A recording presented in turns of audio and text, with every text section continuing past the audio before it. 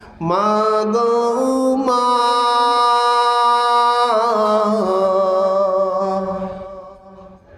এই ধরাতে তোমায় বুঝি আর পাবো না। মাগো মা,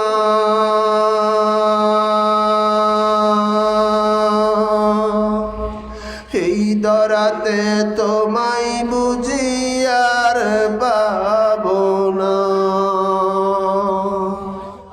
থাকতে ধরাই মাগো তুমি, বুঝি নাই আমি। এখন দেখি মাগো তুমি হীরার সহিতে দামি। তোমার মতো আদর করে কেউ তো ডাকে না। মা, এই দরাতে তোমায় বুঝি আর পাবো না। মাগো মা,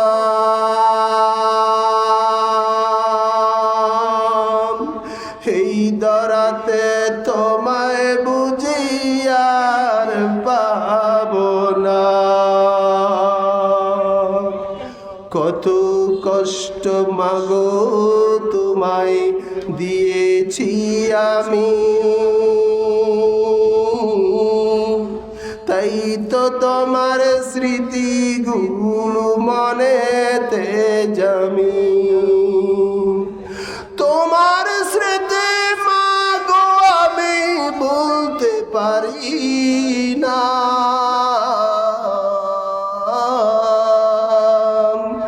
ধরার মাঝে তোমায় বুঝি আর পাবো না। ও মা, ধরার মাঝে তোমায় বুঝি আর পাবো না। আমাদেরকে পৃথিবীর ভিতরে আল্লাহ তাআলা পাঠিয়েছেন। এর ভিতরে কেউ দুনিয়া থেকে যাওয়ার সময় কেউ হয় সফল, কেউ হয় ব্যর্থ। কারো স্থান হয় জান্নাত আর কারো স্থান হয় জাহান্নাম। দুইটা জায়গা, কেউ যাবে জান্নাতে, কেউ যাবে জাহান্নামে। আমাদেরকে এই দুনিয়াতে আল্লাহ তাআলা চিরজীবন চিরস্থায়ী থাকার জন্য দেয় নাই।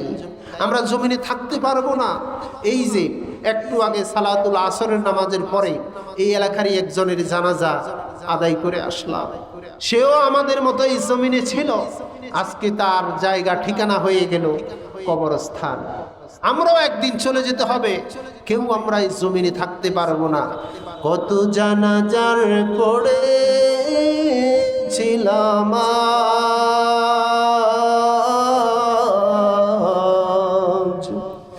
দিয়েছি কত দাফন।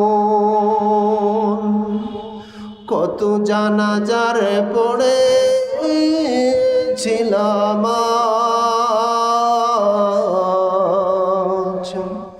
দিয়েছি কত দাফন। কোথা যেন আছে আমার তৈরি সাদা কাফন। কোথা যেন আছে আমার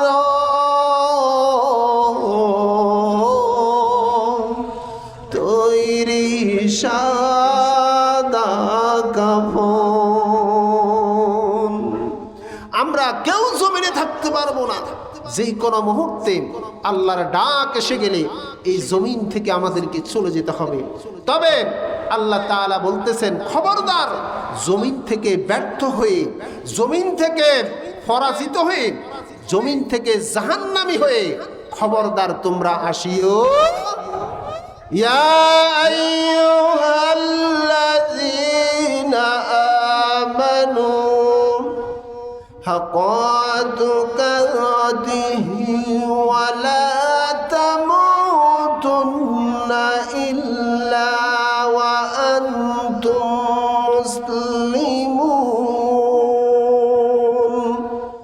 আমার আল্লাহ তাআলা বলেন, হে বিশ্বাসীরা, হে ঈমানদারওয়ালারা, আমি আল্লাহকে ভয় করম, ভয় করার মতো ভয় করম, ঈমান আনার মতো ঈমান আনম, আমাকে বিশ্বাস করার মতো করম, আমার হুকুম আহকাম মানার মতো মানম, আমার আইন ও কানুন দৃষ্টে চলার মতো চলম। আর খবরদার মুসলমান না হইয়া মৃত্যুবরণ করিও না। আল্লাহ তাআলা আমাদেরকে মুসলমানের ঘরে পাঠাইছে, এটা বাহাদুরি নয়। আল্লাহ ইচ্ছে করলে আপনাকে আমাকে কোনো হিন্দুর ঘরে পাঠাইতে পারতাম, পারতো কি পারতো না? আল্লাহ ইচ্ছে করলে কোনো ইহুদির ঘরে পাঠাইতে পারতাম। আমার আল্লাহ ইচ্ছে করলে কোনো নাস্তিকের ঘরে আমার জন্ম দিতে পারতাম। রব্বুল আলামিন আপনাকে আমাকে দয়া করে মুসলমান বানাইয়া জমিনে পাঠাইছে, আলহামদুলিল্লাহ। কিন্তু আমার আল্লাহ তাআলা বললেন, আমি তোমাদেরকে দয়া করে মায়া করে ভালোবেসে মুসলমান করে সৌভাগ্যবান করে তোমাদেরকে জমিনে পাঠাইছি। তবে খবরদার, সাবধান, মুসলমান হইয়া তোমরা মৃত্যুবরণ করিও। যদি তোমরা মুসলমান হইয়া মৃত্যুবরণ করতে পারো, আমার আল্লাহ তাআলা বলতেছেন, ফাদখুলি ফি ইবাদি ওয়াদখুলি জান্নাতি। যদি তোমরা মুসলমান হইয়া মৃত্যুবরণ করতে পারো, আমি আল্লাহ তোমাদের জন্য ঘোষণা দিলাম, আমার জান্নাতের 8টা দরজা আমি তোমাদের জন্য খোলা রাখলাম। আর যদি মুসলমান না হইয়া মারো, ও দুনিয়ার গোলামেরা শোনো, নিঃশ্বাসটা যাওয়ার পরে এই জমিনে ছেলের ভালোবাসা থাকবে না, মেয়ের ভালোবাসা থাকবে না, ভালোবাসার স্ত্রী তোমাকে আর বুকে রাখবে না, এই জমিনে বন্ধু মহল তোমার আর সঙ্গ দিবে না। নিঃশ্বাসটা যাওয়া মাত্রই 3 বান্দের আসামি করে তোমাকে কবরস্থ করা হবে। তোমার কবরটা তখনই সাথে সাথে জাহান্নামের আগুনে পরিণত হয়ে যাবে। এই জন্য আমার আল্লাহ তাআলা বললেন, তোমাদেরকে আমি সৌভাগ্যবান করে উত্তম জাতির খেতাব দিয়া, উত্তম সৃষ্টির ভিতরে সেরা জাতির খেতাব দিয়া আমি আল্লাহ তোমাকে জমিনে পাঠাইছি।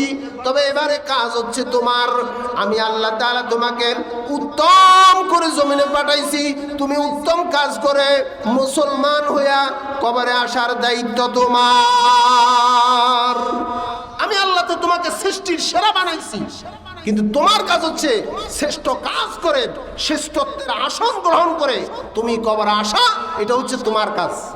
এখন যদি আমরা নামাজ না পড়ি, আল্লাহ কি আমাদেরকে বলবে এই মাগরিবের নামাজ পড়? বলবে না। আপনার আমার দায়িত্ব ঈমান রক্ষার স্বার্থে 5 ওয়াক্ত নামাজ সঠিকভাবে আদায় করা, এটা আপনার আমার ঈমানি দায়িত্ব। আর যদি আপনি এই 5 ওয়াক্ত নামাজ না পড়েন, তাহলে আপনার মানব জীবন ব্যর্থ। এই জমিনে সব মানুষ সফল নয়। আল্লাহ তাআলা সূরা আসরের ভিতরে বলতেছেন, সূরা আসরের ভিতরে বলতেছেন, জমিনে সবাই সফল হতে পারবে না।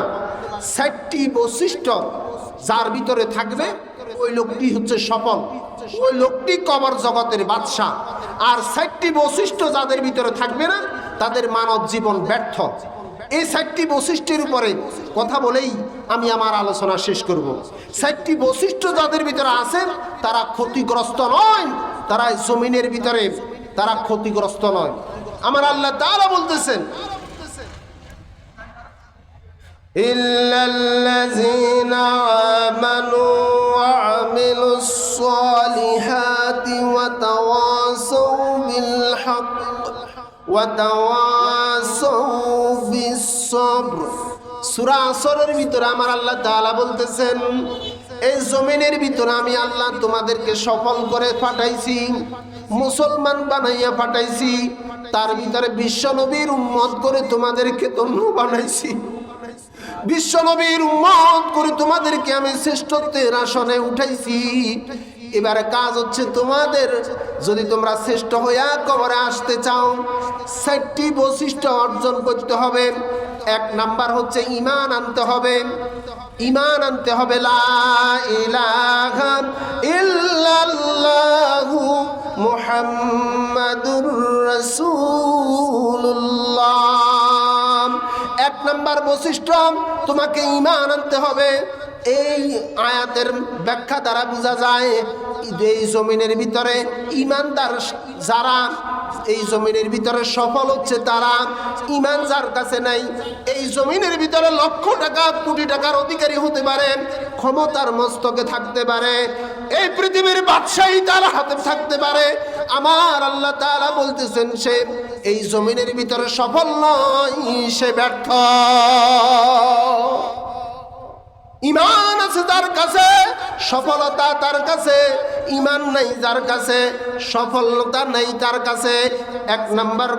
এক নম্বর হচ্ছে ৬০টি বৈশিষ্ট্যের ভিতরে এক নম্বর হচ্ছে ঈমান আনতে হবে। ২ নম্বর হচ্ছে ঈমান আনার পরেও তুমি সফল নয়। আমার আল্লাহ তাআলা বলতেছেন, আপনি মুখে বললেন লা ইলাহা মুহাম্মাদুর, আমার আল্লাহ কয় না, তাতেও তুমি সফল নয়। ঈমানদার দাবি করতে হলে তোমাকে আমলে সালেহা করতে হবে। ইল্লাল্লাযিনা আমানু ওয়া আমিলুস সালিহাত। আপনি যদি ঈমানদার দাবি করেন, নামাজ আদায় করতে হবে। ঈমানদার দাবি করলে হজ আদায় করতে হবে। ঈমানদার দাবি করলে আল্লাহর হুকুম আহকাম মেনে চলতে হবে। ঈমানদার দাবি করলে কোরআন ও সুন্নাহর আইন দৃষ্টি তোমাকে চলতে হবে। আর যদি আপনি ঈমানদার দাবি করেন, নামাজ পড়েন না, ঈমানের 2 পয়সা মূল্য নাই। ঈমানদার দাবি করেন, রমজানের রোজা রাখেন না, এই ঈমানের 2 পয়সা মূল্য নাই। ঈমানদার দাবি করেন, মিথ্যা কথা ছাড়েন না, এই ঈমানের 2 পয়সা মূল্য নাই। ঈমানদার দাবি করেন, হালাল রিজিক খান না, এই ঈমানের 2 পয়সা মূল্য নাই। আমার আল্লাহ তাআলা বলেন, এই জমিনের ভিতরে সফল হচ্ছে তারা ঈমান আনার পরে আমলে সালেহা করে যারা। এই সূরার ভিতরে আমার আল্লাহ তাআলা বলতেছেন, আমলে সালেহা করলেও সফল নয়। দেখছেন নি এলাকার বাদ, আগে কয় আমলে সালেহা করলে সফল, পরের আয়াতে কয় আমলে সালেহা করলেও সফল নয়। ইল্লাল্লাযিনা আমানু ওয়া আমিলুস সালিহাত ওয়া তাওয়াসাউ বিল হক। আমলে সালেহা করলেও সফল নয়। অনেকে আছে দেখবেন সমাজের নাক কান খোলা রাখেন, দেখতে পাইবেন নামাজ পড়ে সুদের লগে আছে না নাই? কথা কয় না? নামাজ পড়ে সুদের কারবারের লগে আছে, তার মানে এলো এই তার আসল নামাজ, এই নামাজ তার আসল নামাজ নয়। শুধু আমলে সালেহা করলে সে তার মানব জীবন সফল নয়। ওয়াতাওয়াসাউ বিল হক, সত্যের উপরে সে থাকতে হবে, হকের উপরে থাকতে হবে, আল্লাহর হুকুম আহকাম মেনে চলতে হবে। যত বিপদ, যত মুসিবত, যত ভয়ভীতি তার জীবনে আসুক না কেন, হকের পথ থেকে এক চুল পরিমাণ পিছপাও হওয়া যাবে না। এই হকের উপরে থেকে নিজের জীবন পরিচালনা করে যারা, এই জমিনে সফল হচ্ছে তারা। আসুক না যত বাধা, যত ঝড় সাইক্লোন, রাসূলের পথে মোরা চলবই।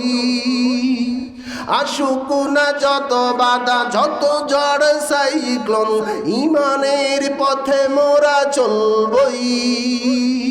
দিনের তামান্না হাতে নিয়ে কোরআনের পথে মোরা চলবই।